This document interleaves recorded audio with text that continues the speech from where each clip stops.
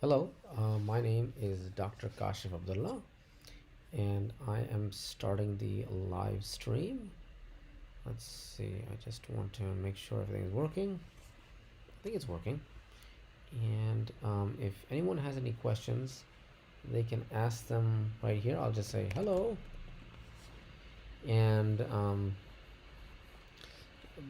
I just do this live chat every Thursday at 5 p.m. Specific time. If anyone has any questions they want to ask me, I'm a physician here in California, San Jose, California. I have my own medical practice. I also I'm a hospice medical director, a home health medical director.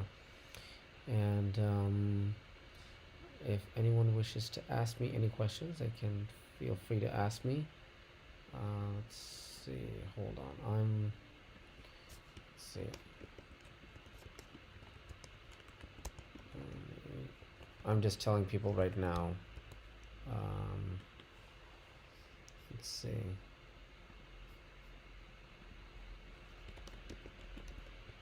Let's see.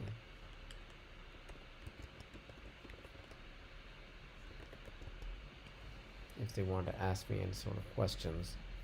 Let's see. I don't know if. Let's see. So, just looking. Okay. So I guess what we could do is we could look at the coronavirus. What's happening with coronavirus recently. Let's see if I go to.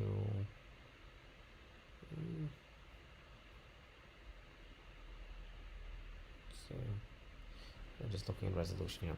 Okay, so let's see if I were to go here. Let's see, coronavirus.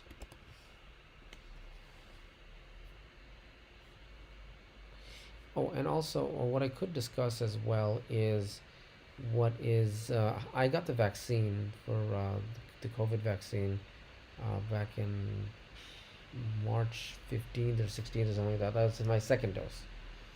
I got 2 weeks. I got the Pfizer one, and I could also discuss what my experiences were with the coronavirus. Um, let's see. I'm just looking here as well. Any questions? No, I don't know. So if you have any questions regarding the coronavirus, you can always ask me that as well. All right, so let's look at what's happening in regards to coronavirus. Let me switch screens here real quick. Also, if you want, you can also ask me car questions or investing questions or anything about medicine in general.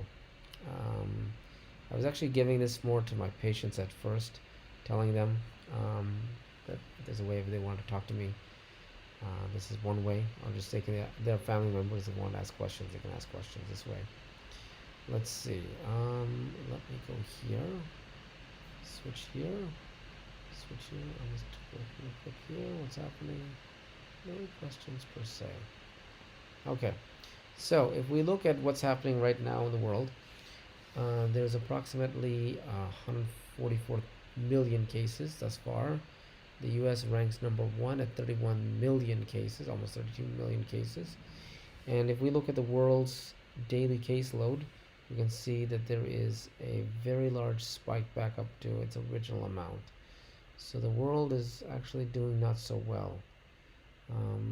We have been just going up and up and up.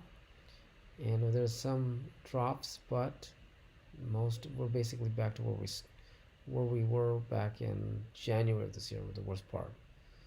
So, but if we look at the U.S., there's a little bit different story with the U.S. The U.S. actually, if it loads here, has about 32 million cases. But if you look at the U.S., they don't have that large spike. They've basically been muted, and in fact, they're going down a little bit. They're now at 62 million cases as of maybe yesterday. Sorry, 62,000 cases.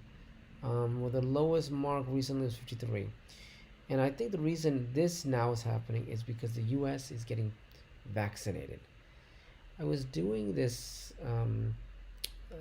I think the vaccine, because many of the vaccines come from the US, and there's a large amount of vaccine being given out to the U.S. population, I think that is basically ebbing the flow, whereas the U.S. was just going out of control until recently with the vaccine introduction. Let's see if there's any questions real quick. No questions. Okay, anyway. Um, but you can see that the vaccine, I think, has helped a great deal. Whereas if you look at, say, in India, I've heard it's just going incredibly high. You can see it's skyrocketing in India. They really need the vaccine there. So that was recently. I actually just read that. I'm actually Canadian as well, but I've read that Canada has banned the travel, I believe, from India and Pakistan to Canada for now because of the coronavirus. What's happening there? Let's see what's happening in Pakistan. I can look in. There's Pakistan. So Pakistan's also having an increase. But yeah, India is really suffering a lot. There's like what, 158,000? I'm not even sure. In the U.S. they got 158,000 at one point. Let's see, the highest in the U.S. was, oh wow, actually the U.S. was even worse at one point. Take that back. Wow, 255,000. But the U.S., like I said, with the vaccine introduction, has drastically dropped this. Brazil is also high. If we go to, say, the United Kingdom, they've also ebbed really with the vaccine control. It. There's another thing I want to show you. There was a, let's see, COVID vaccine. I was looking at a map of the vaccine map, and there was a very interesting. Let's see, where is the COVID vaccine map? I saw this. The world map. Is this the one I was looking at? No, that's not it. There was this one website I saw that showed the entire world, and let's see, is this the one? This is more of the state. So the vaccine turnout in the U.S. has been a great success, actually, I would say, in the fact that how many people are just taking it.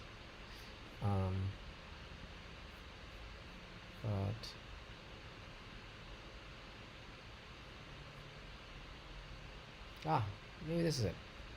So if you can see, the U.S. has 34% of the population has been covered by the vaccine. And also the United Kingdom has 33% also covered. And you can see the numbers drastically drop. Canada only has 14% of the population has been covered, and only 11 million doses have been given. So, so the countries with the most amount of vaccines are really benefiting. Israel actually has a very large amount, to 57% of their population has the COVID vaccine. And if you go to Israel, let's see if we can find Israel here. Here's Israel. You can see that they've just completely petered off to nothingness. So the vaccine is working. I want to emphasize that. The vaccine works. You need to get vaccinated. I'm just looking at also if there's any questions. No. But this vaccine is important. This is not something that, let's see, let me just switch views here to myself. So what I want to say is it's very important to get the vaccine. I got the vaccine myself, and I encourage anyone and everyone to get this vaccine. I got the Pfizer one, and my reactions to the vaccine was the first one, I just had a sore arm for about a couple of days, 2-3 days. And then after that, I had the second vaccine, the day of the vaccine, the day that I got the second dose, I had no symptoms, nothing. The second day, I started feeling tired and had some minor headaches. And I took some ibuprofen, or Advil in America, that's what they call it. But ibuprofen I took for every 4 to 5 hours, 6 hours. And after taking the Advil that day, that's helped with the headaches, and that helped with the tiredness somewhat. The next day I had no symptoms, no nothing. I didn't take any medication. I was just fine. So the vaccine works. It is not something that you should, oh, if only, more people, I'll wait and let other people take it. No, this is nonsense. The vaccine is safe, and I will actually show you how it is a safe vaccine. It is not like the old vaccines of before. Let's see if there's any questions. No. So it's not like the vaccines of the olden days where, let's see, there's a really good YouTube video about this as well that shows this. Let's see if I can find this. I think it was on Vox. Let's see.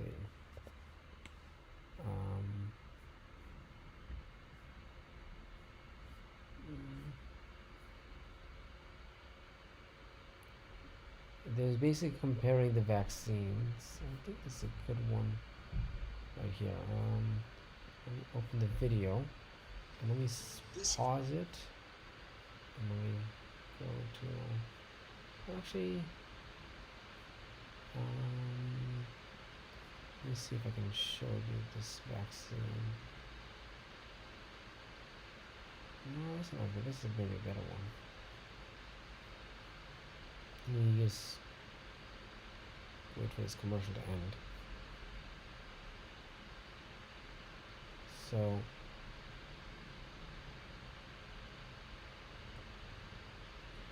yeah, I'll show you this. Okay. Where are we? Okay. So in regards to the vaccine, let me just change my view to my screen and go here and show this. Okay, so the olden days, the vaccines used to be like this: weakened or dead viruses we would give each other. Okay, and what they're showing you here is like a weakened virus. Let's say it's basically the MMR vaccine or the flu vaccine, and it's either live attenuated or inactivated, or you can give the inner toxin to someone. So this is what the tetanus shot. So so live attenuated is basically a weakened form of the vaccine, of the virus. Inactivated is basically the virus but killed. We give it a chemical and we kill the vaccine. Or tetanus is we give you the toxin that the bacteria creates, and you get immune to the toxin. So that's tetanus. The next one they mention is this one. Is the new one? Is this new? A small part of the virus. So this is the new one. So let's see. And basically, this is recombinant protein. And let's see if there's a good animation. This is just timeline of the virus. Okay, so this is how the coronavirus vaccine works. Okay. So I'll wait for this thing to stop. Let's see. And I'll describe it. Okay. So we have cells. Okay. And cells work by basically they're little factories, okay? And in these little factories, you have DNA. The DNA is basically, well, it stands for deoxyribose nucleic acid. It's basically the hard copy of what makes a protein, okay? So proteins can be either the machines of the cells, or they can be actually the structure of the cells. That's what a protein is. Can become either, like I said, a machine or the structure. So how it works is this: we have cellular mechanisms that will take the DNA, copy it, and what we make from the copy is we make what's called messenger RNA. I'll see if this shows a messenger RNA. So that's a messenger RNA. So we take the DNA, we copy it, and make messenger RNA. Okay. And we use something called the cell will use something called polymerase and helicase, and there's a whole bunch of proteins that the cell will use to copy a part of its DNA, and this copy of the DNA is what will encode or be used to make a protein. So then this piece of messenger RNA will come out of the nucleus and will then interact with this protein called the ribosome. The ribosome will basically read the code on the mRNA, which is a copy of the DNA, and it will then code for the protein that needs to be. So it'll take amino acids that are floating about and will assemble them into like a string of amino acids. And those amino acids that form a string of protein will then begin to fold on themselves, and that folded protein will then be either the cell, the structure of the cell, or the machine of the cell. So that's basically, see this messenger RNA that's showing, and the messenger RNA comes out and interacts with the ribosome. The ribosome then will create the protein by attaching amino acids in a chain, okay, to make a protein.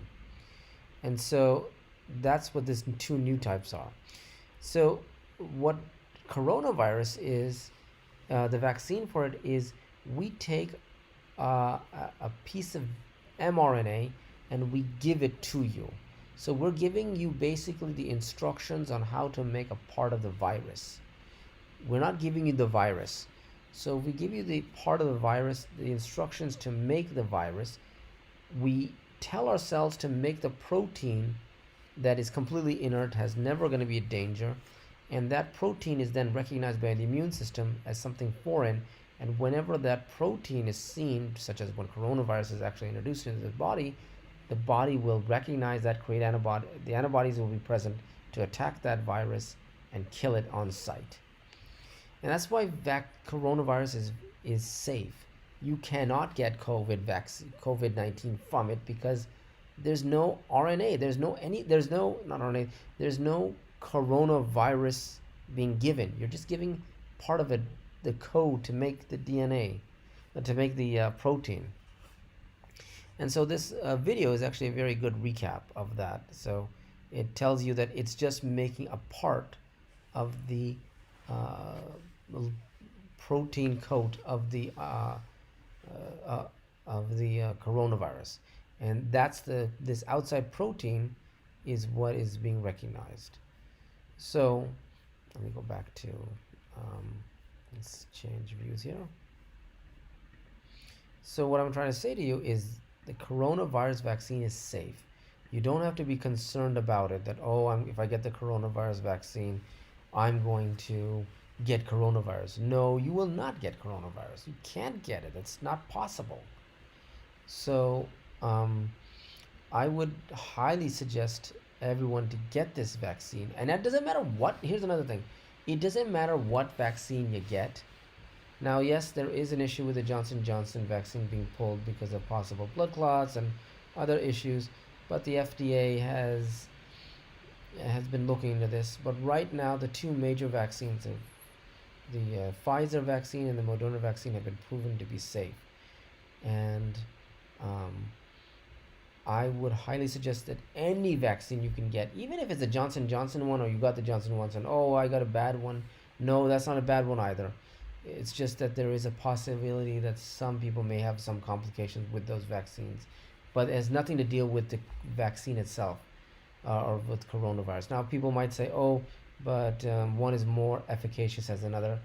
If you look at the raw numbers, again, there's a Vox video that really shows well into this.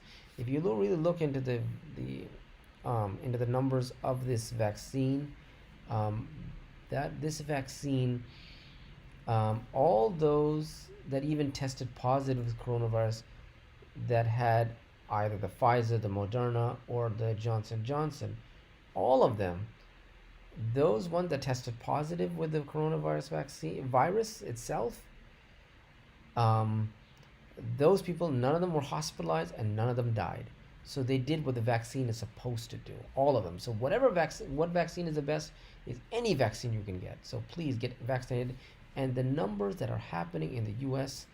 that is showing, look at Canada. Let me go to Canada here too. Where's Canada? Look at Canada.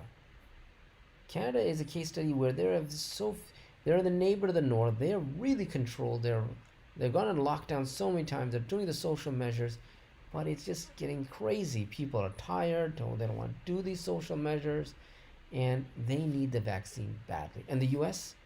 has the vaccine, or is getting the vaccine more and more. Israel got the vaccine, and Israel's almost completely wiped out coronavirus. So I highly suggest, please do not have some kind of, I'll wait I will wait. No, please get this vaccine.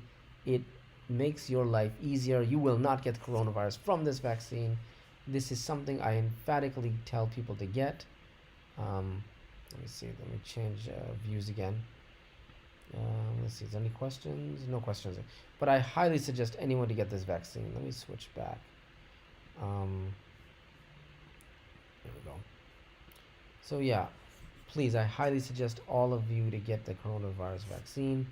It is something that it will help you, and it'll help you prevent transmission of this virus to amongst your family members.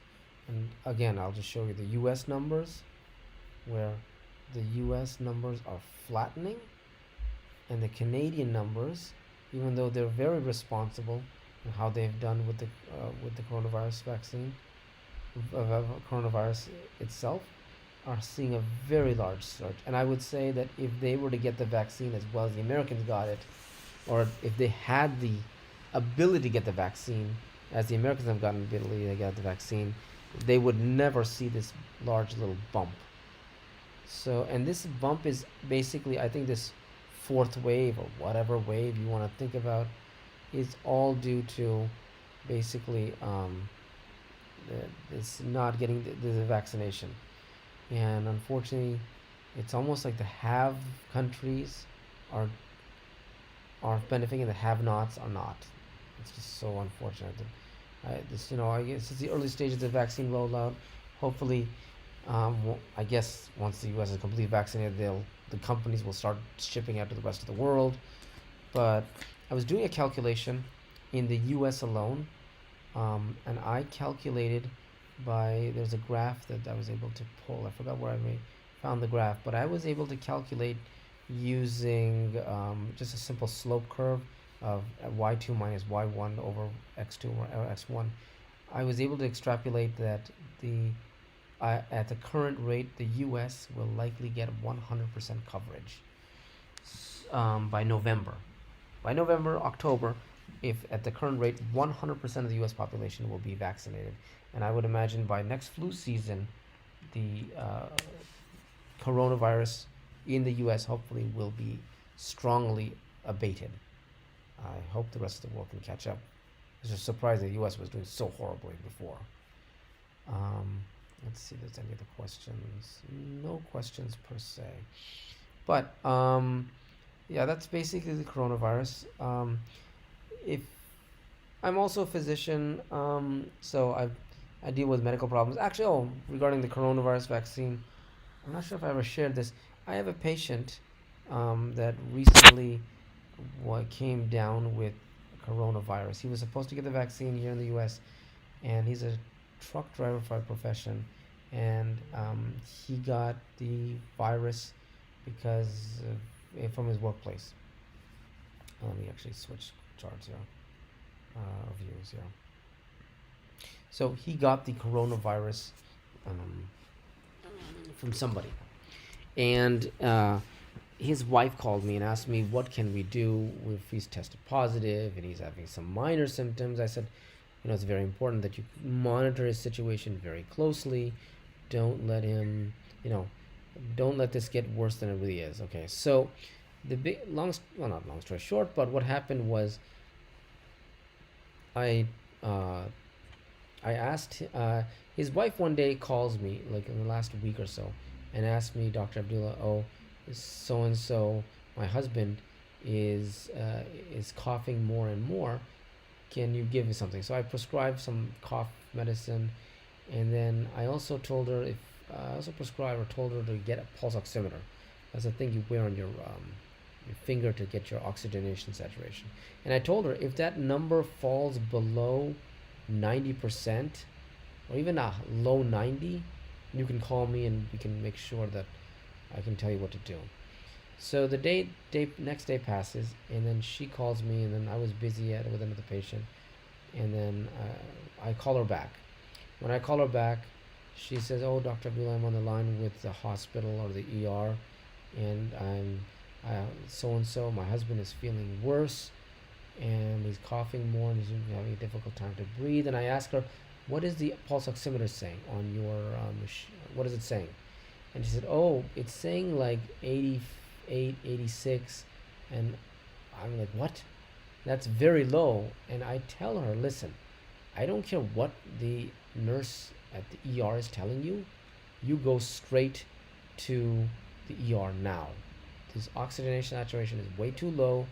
If you were a COPD patient or chronic obstructive pulmonary disease, not forget coronavirus, I would admit you in from the because I've worked in the ER before too, especially as a resident. I would admit patients from the ER during that rotation straight to the inpatient. This is insane. Please just go to the ER. So she calls. Says, okay, let me tell the. So she speaks. She then finishes with me, speaks to the nurse, and says to the nurse, my primary is telling me to go to the ER. And then the nurse says, oh, the primary thing, then come on in. We'll have you right now. She comes in, and then the next day, that same day, she tells me, oh, my husband has been admitted and what have you. And she talks to me the next day and says, oh, Dr. Abdullah, if you had not sent us to the ER, the infectious disease specialist tells me that my husband would have been intubated. And I can tell you, if someone is intubated, meaning a tube is put down in your throat because of coronavirus, that's very bad, very dangerous. That is almost not a death sentence, but it's very dangerous. I would rather have someone earlier go to he's like a known positive coronavirus patient, go to the ER. Well, what is he going to get coronavirus again? That's not possible. That's stupid. Well, he can't get any sicker. Well, he technically can't get sicker, but it's if someone's saturating in the high 80s and is struggling to breathe, it's almost craziness not to go. So anyway, the infectious disease specialist said yes, he would have been intubated if you had waited 1 day longer. So I'm glad I was able to tell her to go with a pulse oximeter. So again, this vaccine is important. Get it. If you have a chance to get it, get it. Don't wait and say, oh, it's there's a microchip being put in. Here's another thing. You cannot get a microchip in your... We don't have that technology. It's not possible. We don't have the ability to put microchips into us. I can tell you that for a fact. I've dealt with polymerase. I've made my own little DNA plasmids and put them into yeast cells and mutated yeast cells. No, we don't have that ability. Yes, we can introduce DNA into simple organisms and do all sorts of fancy things.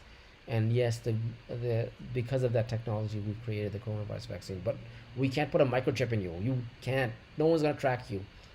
Frankly, your phone is a better tracker. We don't need to put a microchip in you. Apple and Facebook already know everything about you, so that's nonsense. And you are not going to mutate into 3 heads or something. Please get this vaccine. Because what's better?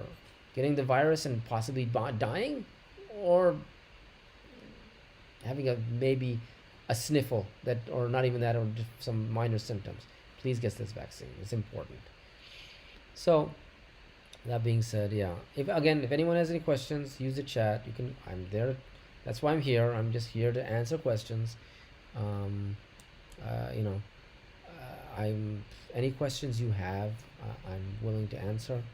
Let's see. There's a WhatsApp group that I sort of gave people my link to, and you can give this link to anybody. Like I do this from 5 to 5:30. I know it's already 5:34, what have you, but I do this every day at 5 o'clock. Every Thursday at 5 I do this. Not every day. Every Thursday at 5 I do this. And I discuss anything about medicine and about topics about medicine. If you have any questions you want to ask, you can ask me. I also dabble in fixing cars. If you go to my channel, you'll see that I fix cars. It is not... I remember I was changing my starter, and the one guy was asking, are you a BMW mechanic? Because I own a BMW, that's what I was changing. And I said, I most certainly am not a mechanic, because I don't want to deal with other people's cars. Ugh. My cars are just more than enough. But that being said, if you have a question about your car, about, oh, it's doing this, it's doing that, what do you do? I can help you. Fixing cars has sort of been my forte. I started like more than anything else. If you want to get into doing anything, forget fixing cars, doing anything in life, it starts by just literally going to the library and getting a book and reading or going online. Um, I remember that's how I started with cars. So if you want to do about and medicines too, reading. Anytime you want to read anything you can. Um, but fixing how to fix a car is just like anything else, is step by step. Um, or investing. I also do a little bit of investing, but um, the biggest thing is it's just like car mechanic. It's just like in medicine. A patient come. It's sort of like in medicine and in anything in life. Then you want to fix a problem. You first have to figure out. You have to gather all the information of what the problem is, and then you gather the information by either listening or figuring out or using your hands. So in medicine, there's something called subjective, objective, assessment, and plan. A SOAP note. So a doctor basically, subjective is whatever you tell us in medicine. Oh, doctor, I felt like this, that. And then an assessment, and then we do an objective. That's where we do the physical exam. We figure out through the physical exam what the patient has told us. And then the assessment is what we think the problem is.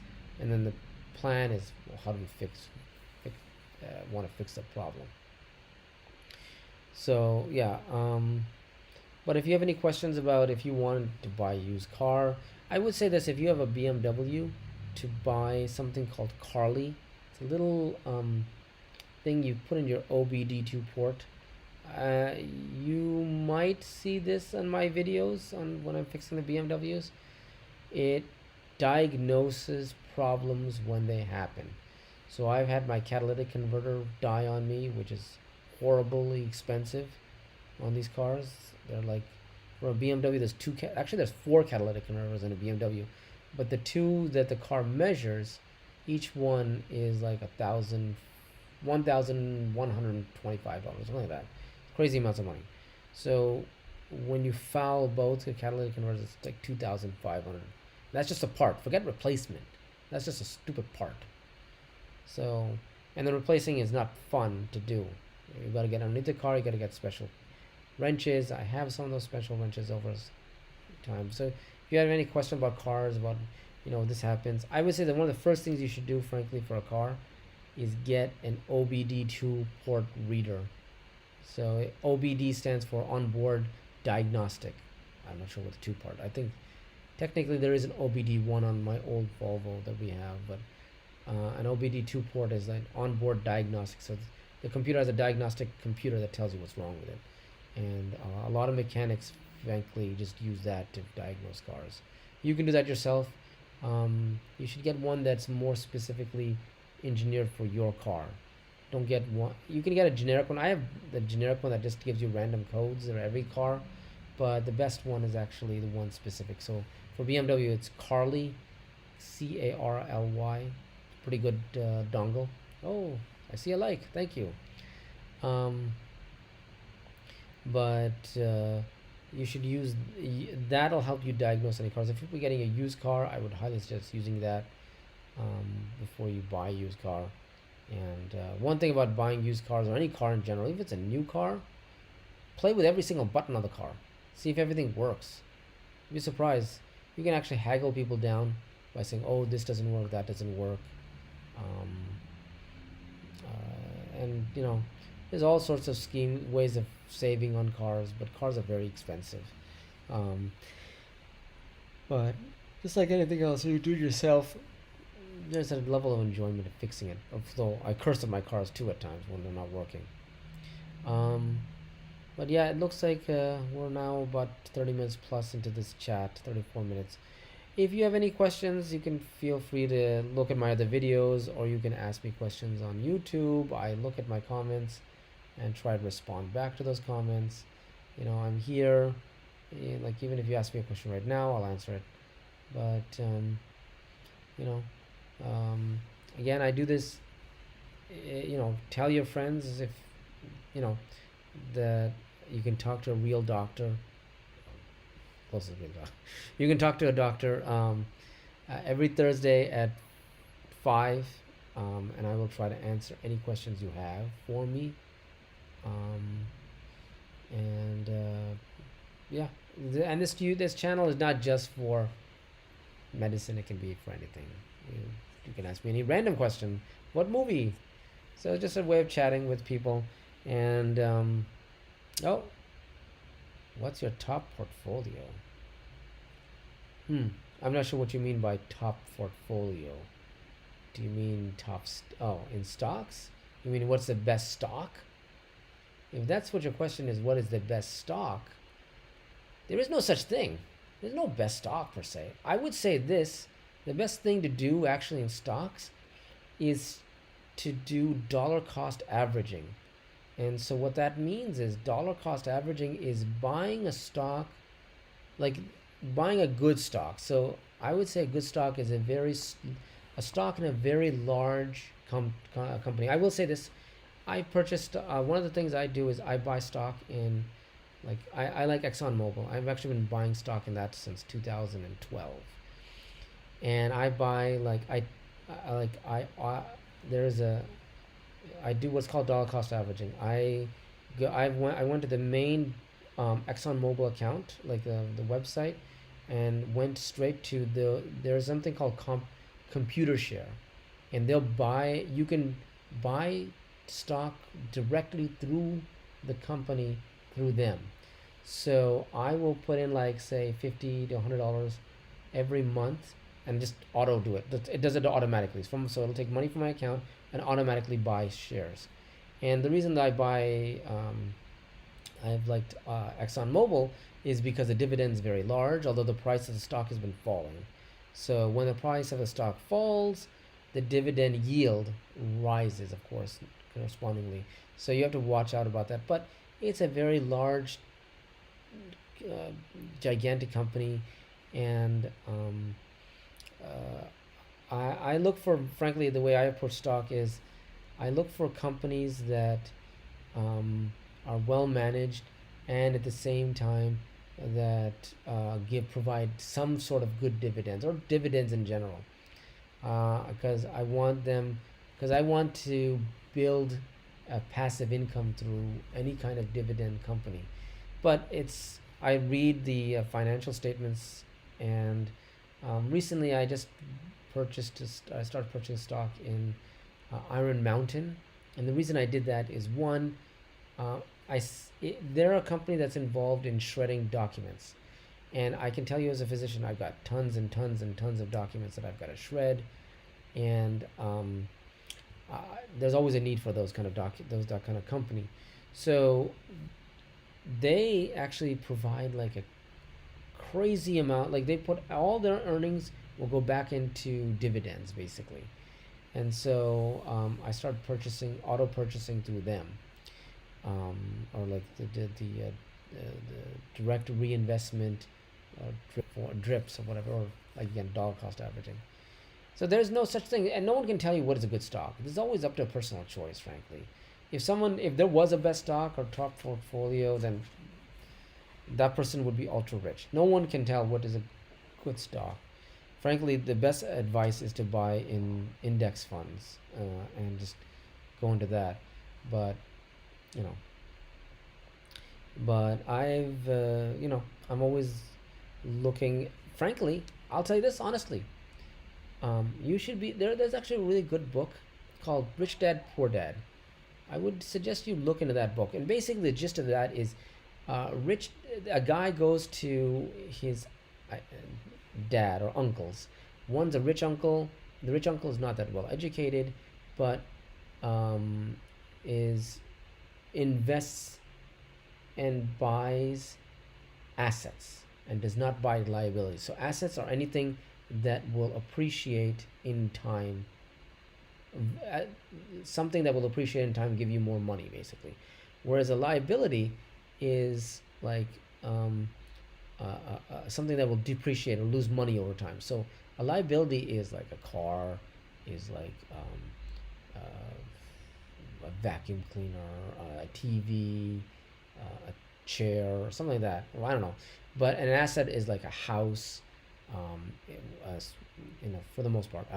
Property assets are like stocks. Assets are like gold. Assets are like silver. commodities. Some assets is something that will increase in over time.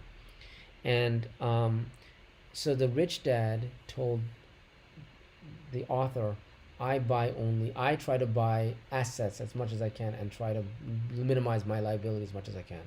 Whereas the poor dad was a very highly educated professor, but was basically just essentially just buying liabilities and or just purchasing liabilities. So I will tell you honestly, YouTube is, in my regards, I try to make a passive income through YouTube. It's something I do. It's a way I'm hoping to do. My goal for YouTube, frankly, is, I'll be honest, is to promote my medical practice.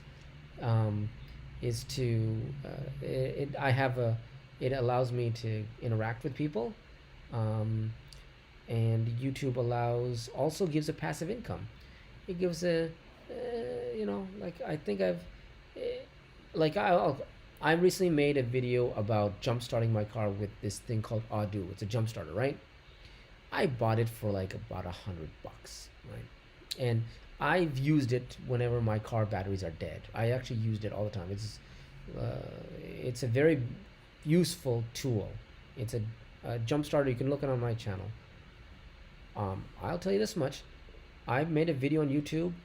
It was very easy. I just I made it, and I didn't put too much effort into it, and I think it's made me 16 cents, right? So YouTube is a way of making passive income. I am not. This is not you making YouTube a job. Is good luck.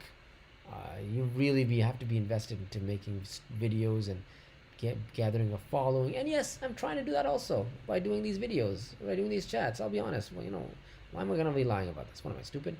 No, I'm not. It's something interesting. I can share my passions with the world. If someone hears about it, great. Someone doesn't hear about it, oh well. Again, my livelihood does not depend on this form of income or form of this activity. That's why that's why I do medicine. It wasn't easy getting into it, but all my income comes from that. It doesn't come from this. This is just sort of on the side.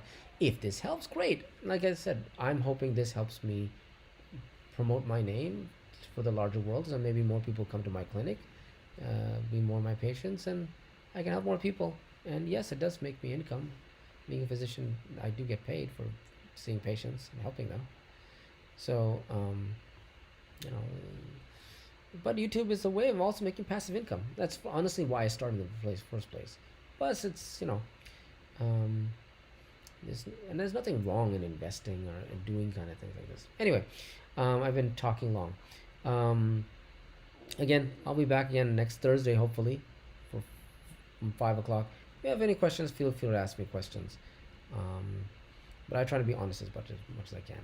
Okay, well, it was good talking to everybody. All right, bye-bye. Oh, and thank you, Muhammad Ashraf, for the question. Thank you. All right, bye-bye.